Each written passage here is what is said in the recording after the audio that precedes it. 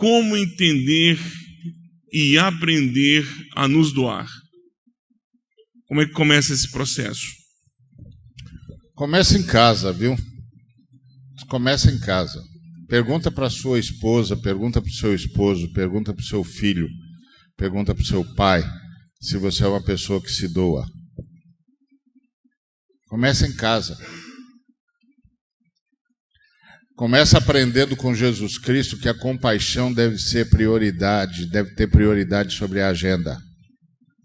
Jesus Cristo tinha passado a manhã toda ministrando com seus discípulos, não teve tempo para comer, para almoçar. Também recebeu naquele dia os discípulos que vieram em grupos de 2 do campo missionário para contar o que tinha acontecido no campo missionário. E também recebeu os discípulos de João Batista que vieram comunicar para Jesus que Herodes tinha assassinado João Batista e que agora estava perguntando por Jesus. Então foi um dia muito exaustivo. Aí Jesus pegou os seus discípulos e retirou-se para Betsaida, para descansarem. Mas a multidão percebeu para onde Jesus estava indo e seguiu a pé. E acabou chegando junto com Jesus num lugar onde Jesus estava. E Jesus olhou para aquela multidão e viu ovelhas que não tinham pastor. E se compadeceu. E a compaixão venceu o cansaço. E a compaixão mudou a agenda. Quando eu aprender a mudar a minha agenda para estancar a lágrima da minha esposa, ou a tristeza do meu filho, ou do meu esposo, ou do meu pai, eu vou começar a me compadecer, eu vou começar a me doar. Porque a gente tem que tomar o cuidado, aquele cuidado que o apóstolo Paulo nos avisou. Que tem gente que é capaz de distribuir todos os seus bens aos pobres e dar o seu próprio corpo em sacrifício. Mas não fazer isso porque quer se doar ao próximo, porque quer a unidade com o próximo, porque quer amar o próximo. Fazer isso só porque quer passar para os anais da história como herói. A humanidade é tão doente, nós somos tão doentes, mas nós somos tão doentes, que nós podemos fazer movimentos de bem movidos pela perfídia, movidos pelo que há de mais pérfido no coração humano, só para mostrar que somos nós, só por nome da gente aparecer no letreiro, de tão doentes que nós estamos, tão adoecidos que nós estamos. Então nós temos que tomar cuidado, porque tem de ser um movimento do amor, e amor nas Escrituras não é um mero sentimento. Amor nas Escrituras é o nome que as Escrituras dão à unidade da Trindade. Deus é amor. Deus é amor não é uma descrição ontológica de Deus. Deus não pode ser definido ontologicamente, porque eu só poderia definir Deus como ser se eu fosse um ser igual ou superior a Deus. Então, Deus não é definido pelas criaturas. Quando a Bíblia diz que Deus é amor, o que a Bíblia está dizendo é como a Trindade vive. E que a forma como a Trindade vive permitiu um atributo incomunicável de Deus, que é a unicidade. Que é, embora Deus seja uma comunhão, ele se manifesta como se fosse uma pessoa só. Isso a gente chama em teologia de unicidade. A unicidade da Trindade. Embora seja a Trindade se manifesta como se fosse uma pessoa só. É o privilégio da unicidade. Embora saibamos que Deus é a Trindade, e a Trindade é Deus, Pai, Filho e Espírito Santo. Mas que se manifesta de uma maneira tal que é como se estivéssemos falando sempre com a mesma pessoa. Isso chama-se unicidade. Amor é a forma como a Trindade vive, que permitiu à Trindade a sua unicidade. Então, amor é o nome que a Bíblia dá à unidade da Trindade. Então, quando um cristão diz para outro, eu te amo em Cristo Jesus, que é nosso hábito, não sei porque a gente usa o Cristo Jesus, acho que é para arrefecer o amor, não sei, ou categorizar, mas não importa. Contanto que é em nome de Jesus, tá bom. Tudo que é para a glória de Jesus, tá bom. Então, quando a gente diz eu te amo, a gente está dizendo eu quero buscar a unidade possível com você. Eu quero buscar uma unidade com você, eu quero viver em unidade com você. Nessa relação humana, essa unidade tem ênfases. A unidade entre marido e mulher é uma, a unidade entre pais e filhos é outra, a unidade entre amigos é outra, mas é tudo uma busca pela unidade, que é o nome que a Bíblia o que a Bíblia chama de amor. Deus é amor, Deus vive esse nível de unidade, que lhe permite a unicidade. Então, é em casa que aprende isso. É em casa que a gente aprende a se doar, a buscar a unidade. É quando eu vejo o meu filho, a minha filha chorando, e eu ligo para o escritório e digo, se posso, é óbvio, né? Não estou aqui trabalhando também, sei das ingerências da vida, e digo, eu vou me atrasar. Por quê? Porque preciso me doar para alguém agora. Tem alguém precisando de mim e tem de ser agora. E aí eu sento do lado da minha filha e digo, e aí filha, o que está havendo? O que eu posso fazer por você? Como eu posso ser abençoador na sua vida? Que bênção que você está precisando? O que você quer dizer? O que aconteceu com você? É em casa que a gente aprende. Começa assim. Aí a gente começa a perceber os outros seres humanos. Antes disso, a gente só vê vultos, como aquele cego que Jesus curou em 2 etapas. A gente só vê vultos. Enquanto a gente está vendo só vultos, significa que a gente está olhando só para dentro de nós e só para os nossos interesses. Então, como é que a gente aprende? Em casa. Começa a olhar para os seus. Começa a perguntar para eles. O que mais eu posso fazer? Como eu posso te ajudar? Como eu posso abençoar você? E também a gente aprende a se doar, permitindo que outros se doem a nós. Isso aqui não é uma disputa de quem é mais forte, é o reconhecimento de que todos somos fracos. Eu tenho um exemplo que eu gostaria de dar para como começar a se doar. Eu acho que deve começar em casa mesmo, como o Ari disse, mas não pode ficar só no lar. Tem que pular a janela, os muros da casa. Não dá para ficar só dentro da esposa, filhos. É o início. Então tem que abrir a porta e ir além, né, das portas da casa. E eu achei engraçado uma das coisas que nós fizemos lá em casa. O menino, ele estava com um furúnculo muito grande no pescoço. Nós levamos no médico. Ele mora na favela ao qual a gente tem uma intervenção. E aí o médico deu antibiótico para o menino, nós levamos para a casa dele, ensinamos a família a dar o remédio, e depois nós percebemos que ele não tomou o remédio direito. Aí levamos para a nossa casa e começamos a cuidar dele para dar o remédio. Mas ele era totalmente diferente da minha família, totalmente diferente. Era um estranho. E aí eu fiquei olhando as ações dele e falei, puxa, nós precisamos descobrir os estranhos. Para se fazer o bem, também precisa se conhecer o diferente, aquele que é diferente de mim. Porque ajudar aquele que é igual a mim, que graça tem? Parece que Jesus disse isso no Sermão do Monte, né? Que graça tem você amar só aquele que te ama? Você tem que amar aquele que não te ama. E eu estava escrevendo um texto, ele veio e deletou, eu não sei onde ele pôs o texto.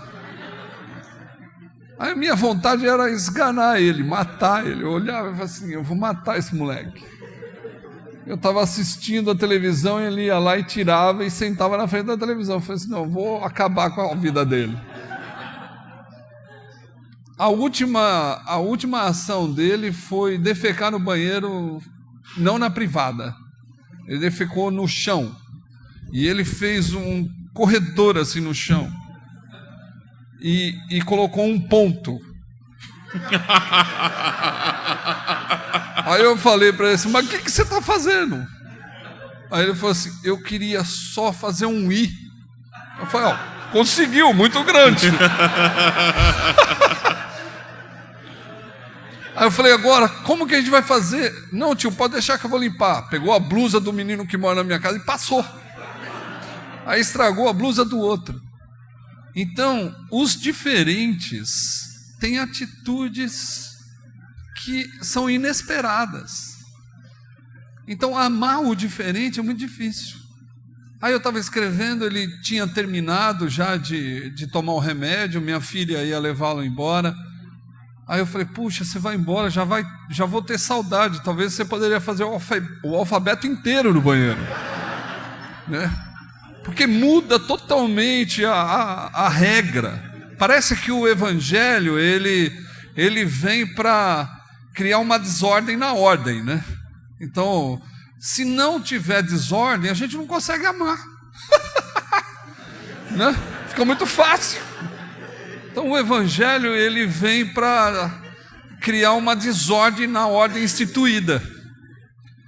E aí ele falou para mim, não, tio, mas eu vou embora só depois que tomar café. Porque na casa dele não tem café. Não tem almoço. E aí eu estava com uma vontade de matar ele, dando graças a Deus que ele estava indo embora. Eu falei, tio, mas antes de tomar café, eu vou dar um abraço em você. E aí ele me deu um abraço. Que a minha vontade era ficar lá com o abraço dele. Totalmente diferente de mim, totalmente desregrado da minha família.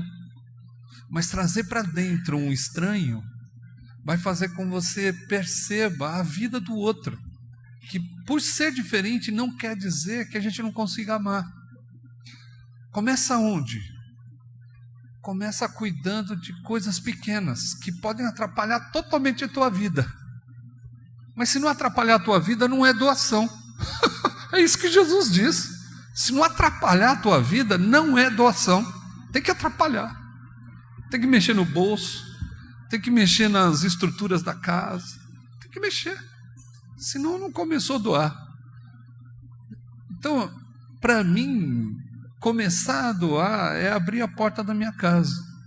Tem várias maneiras de se doar, mas abrir a porta da minha casa. Meu filho morou com muito tempo com 8 travestis, né? E hoje ele dorme com 4 no quarto dele. E aí ele começou a namorar. E ele falou, pai, comecei a namorar e tal. Eu falei assim, tá, quem é? Ela falou, é uma menina. Eu falei, ainda bem, né?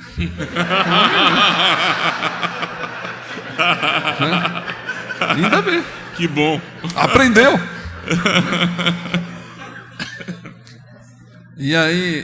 E essa questão de doação faz com que você se torne mais parecido com o diferente, que é muito difícil para nós, porque nós queremos todos iguais, nós queremos moldar as pessoas aquilo que a gente acha que é certo, aquilo que a gente acha que é bom. Nós não perguntamos se a pessoa o que ela gostaria de fazer. Então, reconhecer a diferença também é uma forma de doação. Porque se nós falamos que nós vamos ensinar porque nós sabemos, isso é colonialismo, não dá mais para ser assim. Imperialismo, não dá para ser mais desse jeito.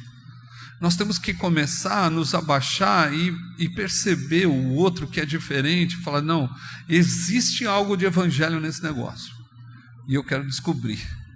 E para descobrir, eu tenho que estar perto. Não dá para ser doado coisas de longe. Até dá, né? Dinheiro dá.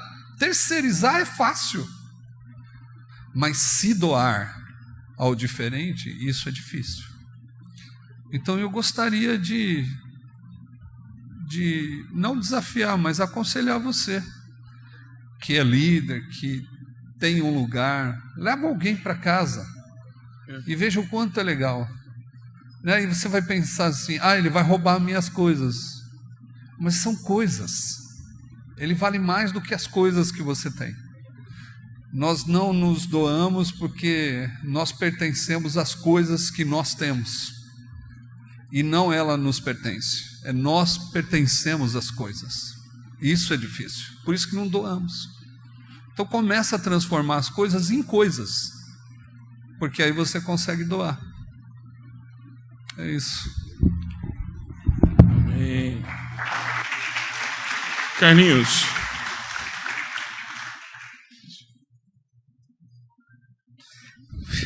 É um monte de coisa passando aqui pela cabeça, cara. Eita misericórdia. Acho que uma das coisas que a gente tem que pensar é o que doar, né? O que doar. Às vezes você tem tralhas e coisas que estão sobrando em casa e elas denunciam a injustiça, porque só é amor quando você doa o que faz falta. Quando você doa o que está sobrando, é sinal de injustiça, é sinal de que tem gente... eu penso que Deus dá as coisas no mundo por cota, então tem cota para todo mundo. Se eu assumo muito, vai faltar para alguém. Então, acho que é uma questão que a gente precisa levantar essa. Eu lembro de um rapaz que eu acolhi na minha casa e perguntei, qual é a tua dependência mesmo? Ele, olha, o que eu sou dependente mesmo, que eu não consigo abandonar, é cigarro. Eu digo, então faz o seguinte, toda vida que você for fumar um cigarro, você me convida e a gente senta para fumar juntos. Aí, uns 10 dias depois, e aí, cara, como é que tá com o cigarro? Não tive coragem de chamar o senhor, não fumei mais nenhum. Aí o Naum é um cara carioca, desde os 10 anos de idade, vive em condição de rua, com 39 anos foi lá para casa.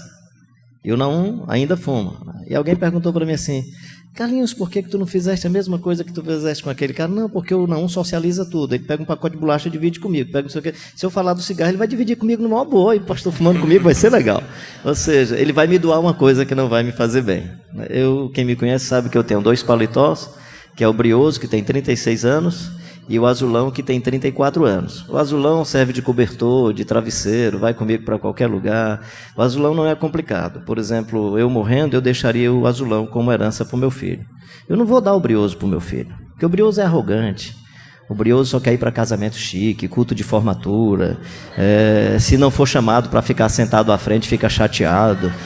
Fui ao culto, não me chamaram nem para fazer uma oração, nem citaram o meu nome. Então o Brioso eu não dou para o meu filho. Então assim, nas coisas que você possui e tem, eu acho que uma pergunta que precisa ser feita é, o que eu estou doando vale a pena para o outro?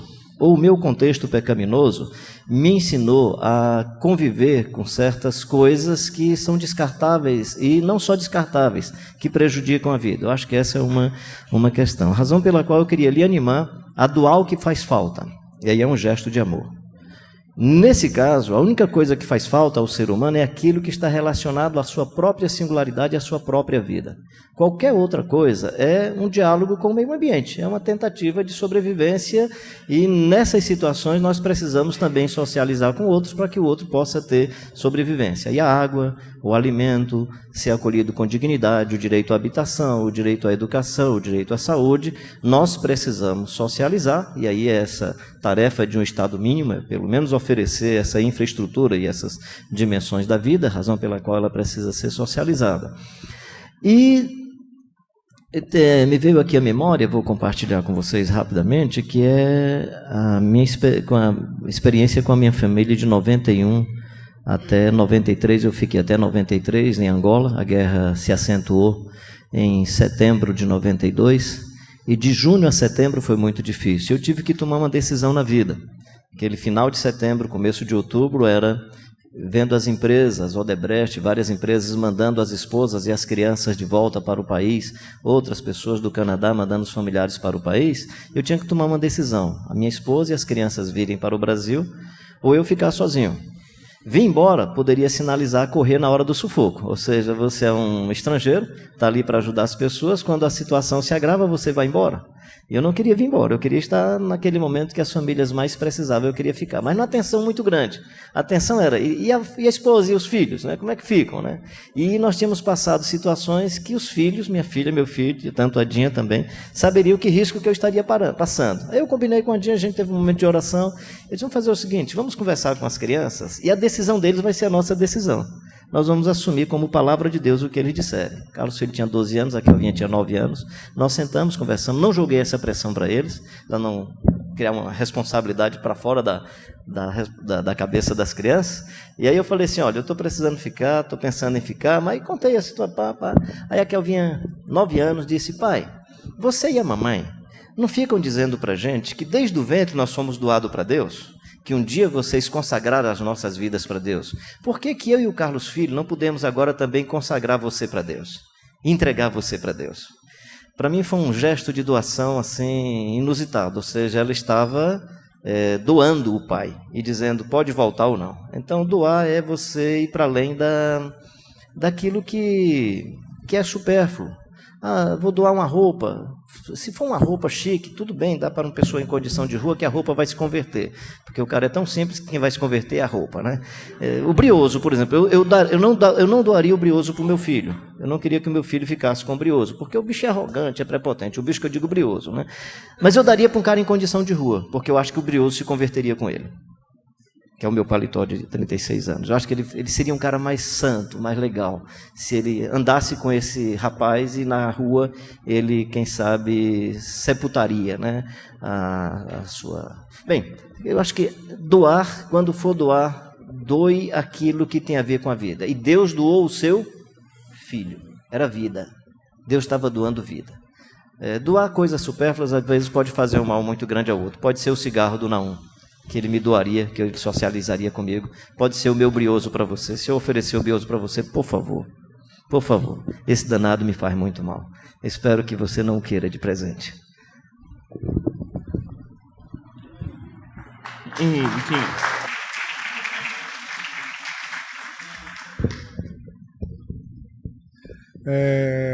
Eu estou me doando sendo o último sempre a falar, né?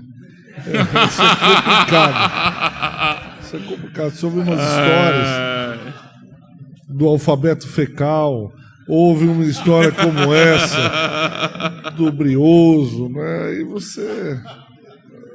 A palavra profética do Ari, o que sobra. Eu queria resgatar, nesse sentido, entender e aprender, uma coisa que parece que na década de 70, 80, a igreja entendeu, mas a entendeu como modismo, como temporário, e depois entraram outros modismos na igreja e a gente esqueceu, mas talvez seria o momento de resgatar dentro dessa pergunta, que é a questão do discipulado. Teve um momento da igreja com o Juan Carlos Ortiz, que o discípulo, todo mundo fala discipulado, e agora a igreja resgata, mas resgata de uma outra maneira, resgata dentro de movimentos onde o discípulo é um escravo, onde se exerce o domínio sobre o discípulo e, na pior das hipóteses, o discípulo se torna um discípulo da pessoa e não um discípulo de Cristo, um seguidor e alguém que obedece às ordens do suposto líder, mas não um discípulo de Cristo. E talvez a gente aprende e entende o que é doação quando nós temos o processo do discipulado. A gente não sabe como fazer, mas anda perto de pessoas que entenderam e aprenderam e passam para a gente através da sua vida, não através daquele método tradicional, GLS, giz, lousa e saliva, né? Então vem cá que eu vou ensinar você a como se doar. 10 passos práticos para a doação, 5 degraus para doar-se, não é? Mas como Jesus, vem ver. Olha para a minha vida, olha como que eu faço em casa, olha como que eu ando na igreja. Você quer saber o que é doar-se, o que é ser voz profética, o que é ser discípulo de Jesus? Anda com a gente aqui, anda comigo, só anda. Vem e vê. É simples.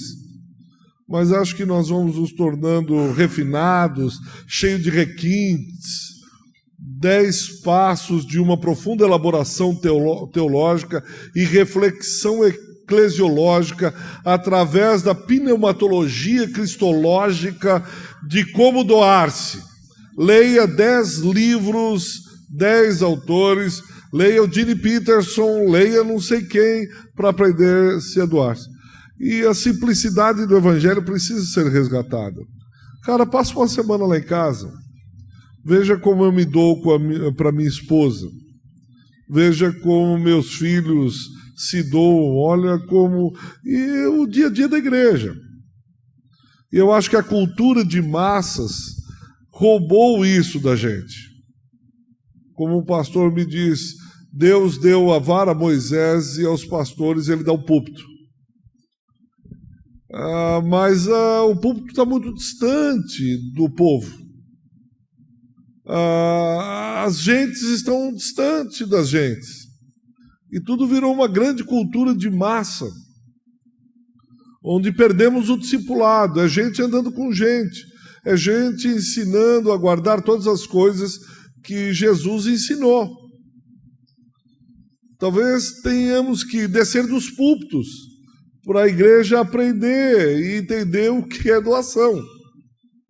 Talvez os líderes precisam sair dos seus púlpitos, precisam sair dos seus gabinetes, arregaçar as mangas e fazer o trabalho e dizer, ensina a gente, qual livro eu leio? Não, vem ver. Como Dom Pedro Casaldaglia, né? Eu perguntei, puxa, nunca mais ouvi falar de Dom Pedro. E alguém disse, eu visitei recentemente. E ele continua, ele falou uma frase que marcou, ele continua com o pé no chão. Disse, como assim? Ele anda descalço com o pessoal, pisando barro, andando com aquele povo pobre. Alguns estão escrevendo livros sobre como andar com os pés descalços, como trabalhar com o pobre. Estão nas universidades defendendo seus títulos, mas Dom Pedro está lá. Casaldaglia está lá, ele continua lá no mesmo lugarzinho, trabalhando com quem ele começou a trabalhar. Precisamos resgatar essa simplicidade do evangelho. De ver um menino escrever um I.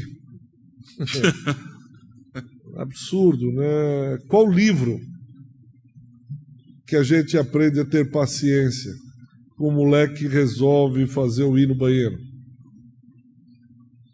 Qual livro a gente aprende a sentar com os filhos nessa decisão dificílima e aprender que os filhos de 12 anos têm palavra de Deus?